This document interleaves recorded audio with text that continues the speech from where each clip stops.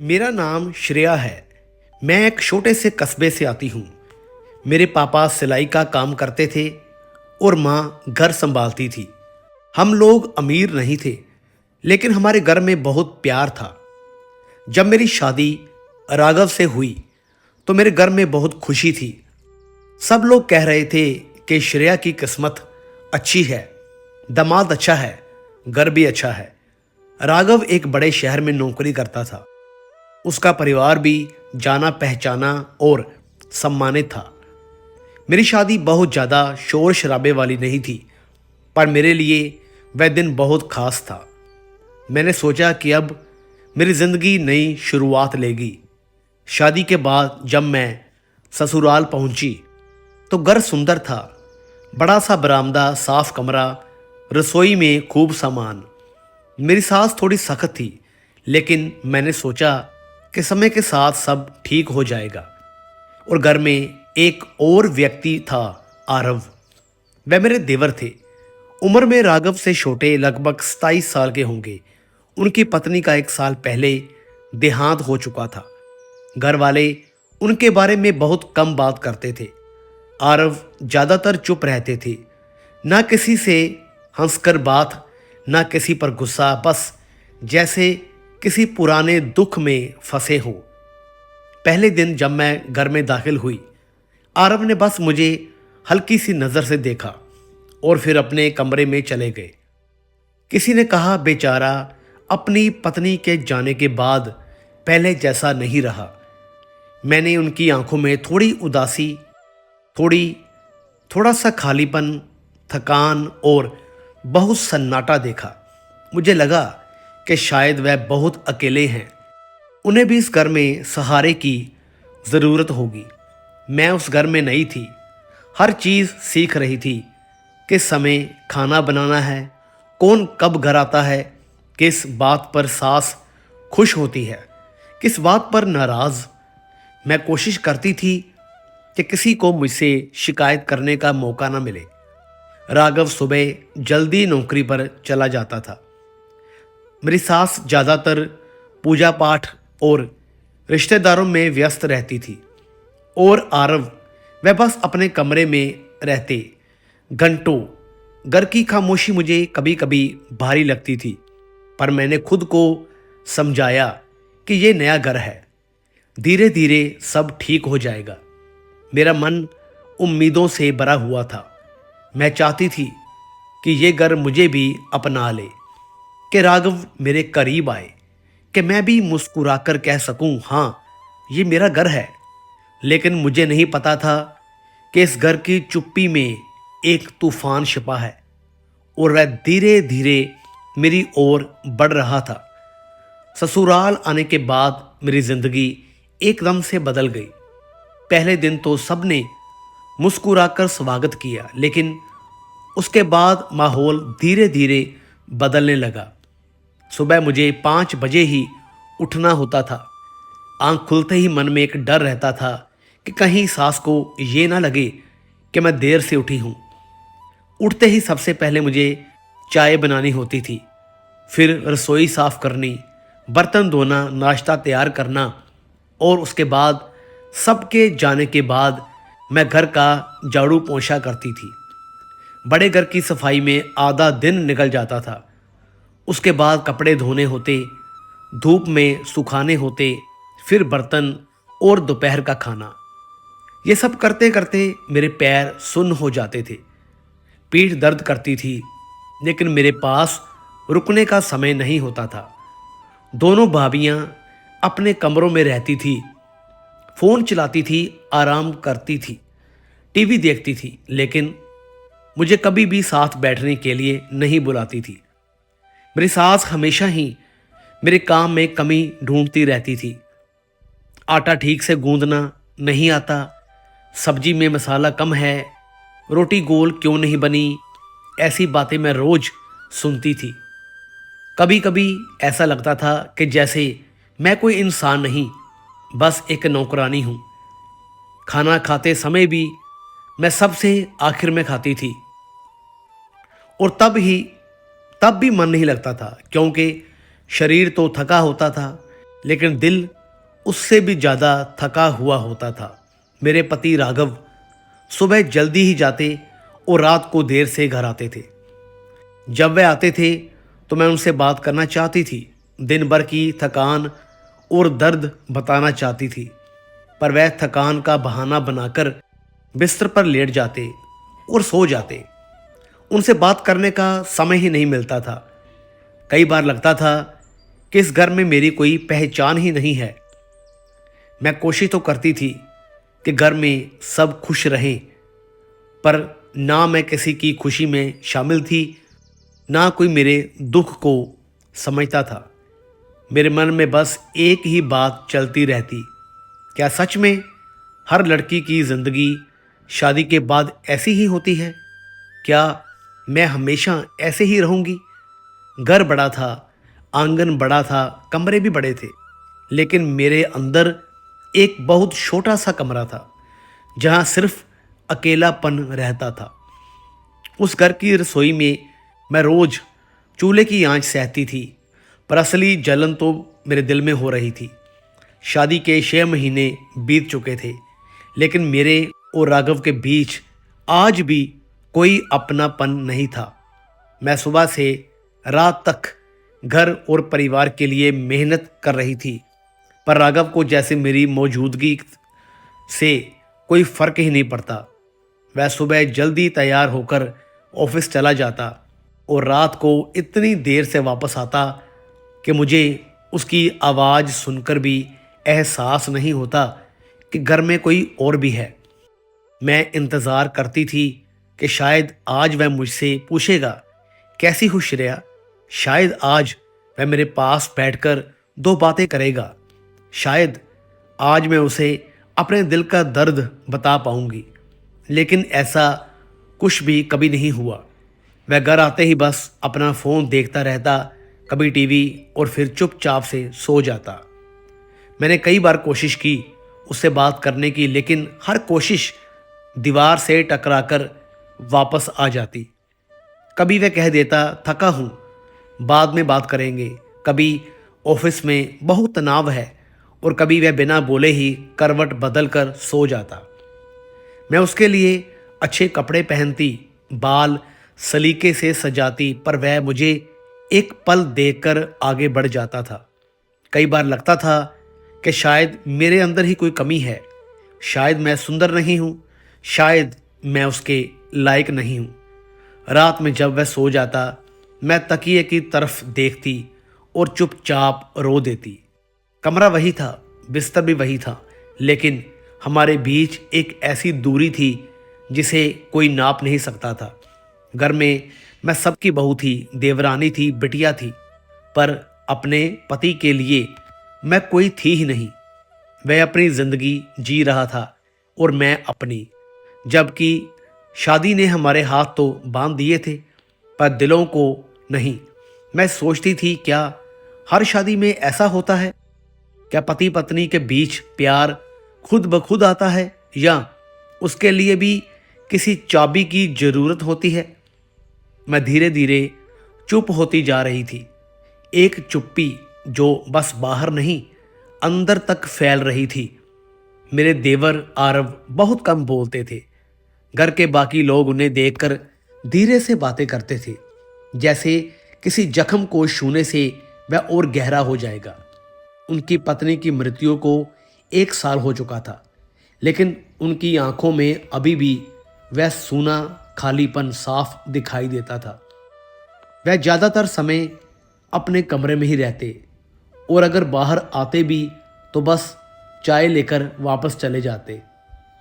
उन्होंने कभी मुझसे सीधे बात नहीं की, बस कभी कभी नज़र भर देखते और फिर नज़रें हटा लेते। घर में जब भी परिवार साथ बैठता, मैं एक कोने में चुपकी सी बैठती रहती, काम संभालती रहती और दूर से ही सबको देखती। मुझे लगता था कि शायद ये घर अभी भी अपने अपने दुखों में बंधा हुआ है। एक तरफ मेरा अपना अकेलापन और दूसरी तरफ आरव का गहरा दुख। इन दोनों खामोशियों के बीच एक अजीब सा सन्नाटा पूरे घर में फैल जाता था। कभी कभी ऐसा लगता था कि इस घर में कोई आवाज़ नहीं रहती, ना हंसी, ना प्यार, बस कदमों की आवाज़ और बर्तनों की खनखनाहट।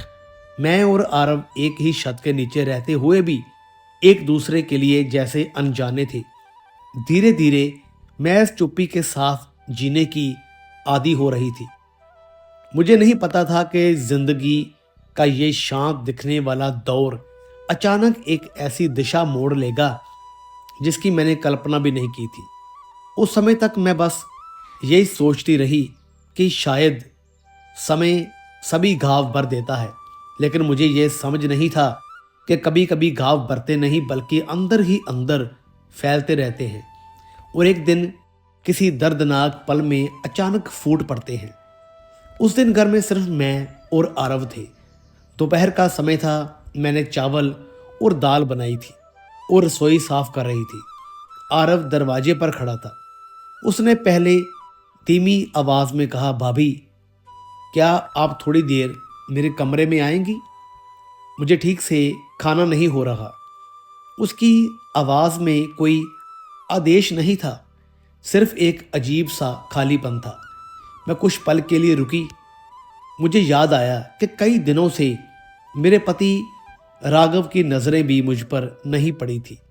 मैं उसके लिए सजती संवरती, लेकिन वह मुझे देखे बिना ही सो जाता था या टीवी में खो जाता।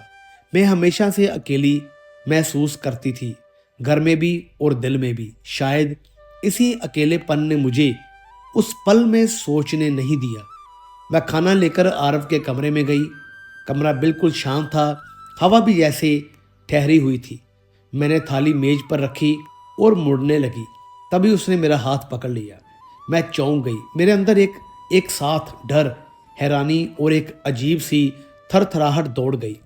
मैं बोलना चाहती थी कि नहीं, ये गलत है, लेकिन शब्द जैसे गले में अटक गए।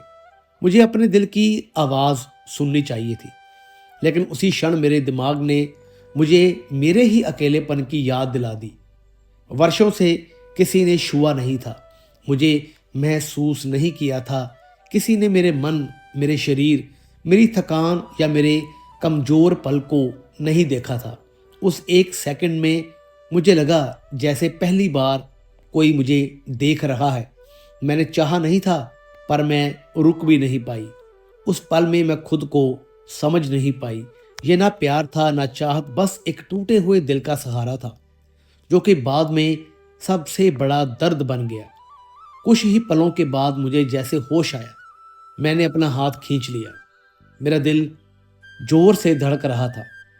मुझे लगा जैसे मैं खुद से ही दूर चली गई हूं। मैं बिना कुछ बोले कमरे से बाहर निकल गई।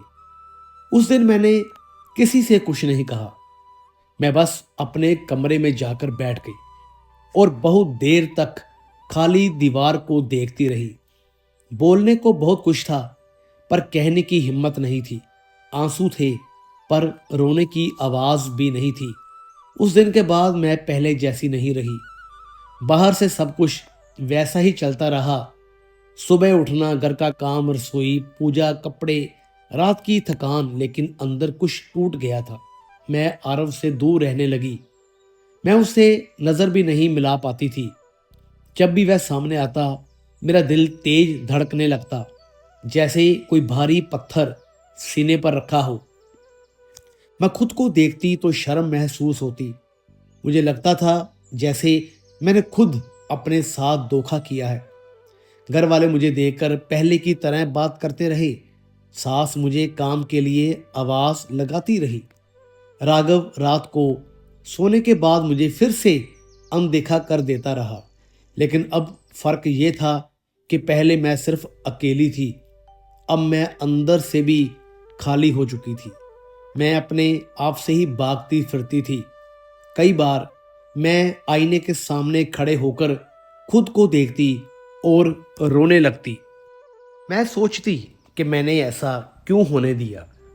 क्या मेरी गलती सिर्फ इतनी थी कि मुझे प्यार चाहिए था, कि मैं चाहती थी कि कोई मुझे देखे, सुने, समझे, या मेरी गलती ये थी कि मैं अपनी चुप्पी में खुद को खोती गई। मैंने उस दिन के बारे में कभी किसी से बात नहीं की, ना मायके में, ना किसी दोस्त से, ना राघव से। मैं बस चुप रही। चुप रहना आसान नहीं था, लेकिन सच बोलना उससे भी कठिन था, क्योंकि अगर मैं बोलती तो मुझे खुद को भी माफ़ करना पड़ता, और मैं खुद को अभी तक माफ़ नहीं कर पाई हूँ। जिंदगी चल रही है, रोज़ की तरह चल रही है। मैं काम करती हूँ, खाना बनाती हूँ, रिश्तेदारों से मुस्कुराकर मिलती हूँ। लोग कहते हैं श्रेया बहुत समझदार है, बहुत शांत है, पर उन्हें क्या पता कि मेरी चुप्पी में एक तूफान है। मैं जी तो रही हूँ, पर जैसे किसी अधूरी किताब की तरह, जिसका आखिरी पन्ना लिखा ही नहीं गया। कभी कभी रात में जब सब सो जाते हैं, मैं अकेली बैठकर सोचती हूँ, क्या मैं कभी अपने दिल से ये बोझ उतार पाऊंगी? क्या मैं फिर से खुद को महसूस कर पाऊंगी? क्या मैं फिर से हंस पाऊंगी? शायद नहीं, क्योंकि कुछ कहानियां खत्म नहीं होती, वे बस दिल के अंदर खुली रह जाती हैं। और मैं भी अब उसी खुली अधूरी कहानी के साथ जीने की आदत डाल रही हूँ। उस दिन के बाद श्रेया आरव को हर बार देखती थी तो उसके अंदर एक अजीब सी हलचल होती थी। वह जानती थी कि जो हुआ था वह सही नहीं हुआ था, लेकिन फिर भी दिल के किसी कोने में एक खिंचाव था। राघव सदा की तरह रात को देर से आता, खाना खाकर सो जाता, और श्रेया अपनी आधी रात खुली आंखों के साथ छत की तरफ देखती रहती। उसके भीतर एक खालीपन था जो कि शब्दों से नहीं, बस किसी की उपस्थिति से भर सकता था। और आरव, जो खुद भी अकेलेपन में डूबा हुआ था, कभी कभी गलती से श्रेया की तरफ देख लेता, और दोनों की नज़रें जैसे कुछ पल के लिए रुक जाती। वे नज़रें ना प्यार था ना पाप, बस दो टूटे दिलों की खामोश पहचान थी। घर में कोई शोर नहीं होता था, पर उनके दिलों में हजारों आवाज़ें चलती थी जिन्हें वे किसी से कह नहीं सकते थे। कभी बरामदे में हवा चलती थी और उनके बीच की दूरी भी उसी हवा जैसी हल्की सी कांप उठती थी। श्रेया जब पानी का गिलास रखती और आरव वहीं पास खड़ा होता, तो उनके बीच एक अनकही गर्माहट घुल जाती, जो शायद वह खुद भी समझ नहीं पाती थी। वह जानती थी कि ये राह ठीक नहीं, ये रिश्ता नाम के बिना है, पहचान के बिना है, पर उसका दिल पहली बार महसूस किया जाना चाहता था। ऐसा नहीं था कि वह चाहती थी कि कुछ गलत हो, बस वह चाहती थी कि कोई उसे देखे, उसे सुने, उसे महसूस करे। ये प्रेम नहीं था और ये पाप भी शायद नहीं था, ये बस इंसानी ज़रूरत थी, जिसे कोई ज़ोर से नहीं बोलता, पर हर दिल में कहीं ना कहीं चुपचाप जीवित रहती है। धीरे धीरे श्रेया और आरव के बीच की दूरी सिर्फ नज़र की दूरी नहीं रही, अब वे एक दूसरे की सांसों तक को पहचानने लगे थे। जब घर में रात गहरी हो जाती और सब अपने कमरे में सो जाते, तब भी दोनों की आंखों से नींद गायब रहती थी। श्रेया उस तन्हाई को बहुत अच्छी तरह से जानती थी, जहां दिल किसी को पुकारता है और कोई जवाब नहीं देता। आरव की तन्हाई भी उससे अलग नहीं थी। उस तन्हाई ने ही दोनों को एक दूसरे की तरफ धकेला। अब सिर्फ नजरें नहीं रुकती थी, अब खामोशियां भी रुक जाती थी। वे एक दूसरे के पास बैठते नहीं थे, लेकिन फिर भी पास होने का एहसास कमरे में भर जाता था। और जब कभी मौका मिलता, एक बंद दरवाजे, एक लंबी रात, एक टूटे दिल की खामोशी में वे एक दूसरे को वही सहारा देते जिसकी उन्हें महीने, शायद सालों से तलाश थी। ये रिश्ता नाम का नहीं था, समाज का नहीं था, पर यह ज़रूरत का रिश्ता था। वह ज़रूरत जो किसी भी इंसान के दिल और शरीर में होती है, देखे जाने की, छुए जाने की, महसूस किए जाने की। श्रेया को अब राघव की तरफ देखने का मन नहीं होता था, और आरव ने भी अपनी खोई हुई दुनिया का एक नया कोना श्रेया में ढूंढ लिया था। वे दोनों जानते थे कि ये रास्ता सही नहीं है, लेकिन उनके दिल और शरीर दोनों ने साथ थाम लिया था। बिना कहे, बिना जताए, बस चुपचाप हर रात, हर सन्नाटे में। अब ये रिश्ता केवल रात की खामोशियों तक सीमित नहीं था, दिन में भी श्रेया और आरव के बीच एक अनदेखा धागा बंध चुका था। जब श्रेया आंगन में कपड़े सुखाती तो आरव की नजरें उसकी तरफ उठ जाती और श्रेया बिना उसकी तरफ देखे ही उसकी नजरों को महसूस कर लेती। वे एक दूसरे को छूते नहीं थे, लेकिन उनके बीच यादों और एहसासों का स्पर्श हमेशा मौजूद रहता था। कई बार ऐसा होता कि राघव घर पर ही होता, पर श्रेया को राघव की मौजूदगी का एहसास भी नहीं होता। उसका मन अब कहीं और टिक चुका था, जहां उसे देखा जाता था, सुना जाता था, महसूस किया जाता था। वही आरव जो पहले सिर्फ अपने दुख में खोया था, अब धीरे धीरे श्रेया के मन की भाषा समझने लगा था। उनके बीच अब कोई बोलचाल नहीं थी, लेकिन अनकहे शब्दों की एक पूरी दुनिया थी। कभी जब दोनों की नजरें गलती से मिल जाती तो दोनों तुरंत नजरें झुका लेते, लेकिन दिल दोनों के ही तेजी से धड़कते। श्रेया को अपराध बोध भी होता था। वह जानती थी कि यह रिश्ता छुपा हुआ है, लोगों की नज़रों से बचा हुआ है और शायद गलत भी है, लेकिन उसी अपराध बोध में एक गहरी मोहब्बत जैसी पनाह भी थी। वह बहुत बार खुद से पूछती, अगर मुझे प्यार चाहिए था तो क्या ये मेरी गलती है? क्या एक औरत की ज़रूरतें सिर्फ उसके अंदर दबा लेने के लिए होती हैं? पर जवाब उसे कभी नहीं मिलता। जवाब सिर्फ इतना था कि कभी कभी दिल शरीर से पहले फैसला कर लेता है। और अब श्रेया और आरव एक दूसरे से अलग नहीं रह पा रहे थे, ना खुले में, ना शब्दों में, बस दिल और खामोशियों में। एक शाम श्रेया आंगन में बैठी थी। हवा धीमी थी, लेकिन उसके दिल में तूफान था। उसे अब साफ दिखाई दे रहा था कि यह रिश्ता कहीं टिक नहीं सकता। ना समाज इसे स्वीकार करेगा, ना परिवार, और ना उसका अपना अंतर मन इसे हमेशा झेल पाएगा। आरव भी चुप था। दोनों एक दूसरे को देख रहे थे, पर इस बार ना खींच थी, ना इच्छा, बस एक भारी सच्चाई थी। श्रेया ने धीमी आवाज में कहा, हम एक दूसरे के लिए सहारा बन गए थे, पर शायद यही हमारी गलती भी थी।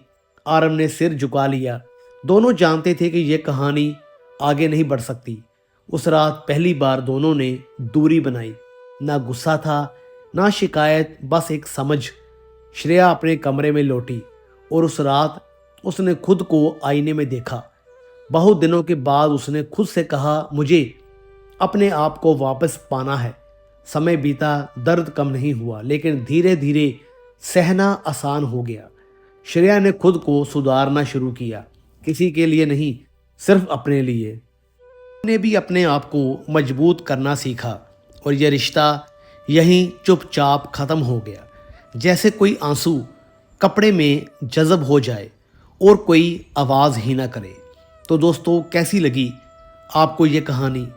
वीडियो अच्छी लगी हो तो लाइक करें, शेयर करें, चैनल को सब्सक्राइब ज़रूर करें। तो मिलेंगे फिर से एक और नई दिलचस्प कहानी के साथ। तब तक के लिए गुड बाय।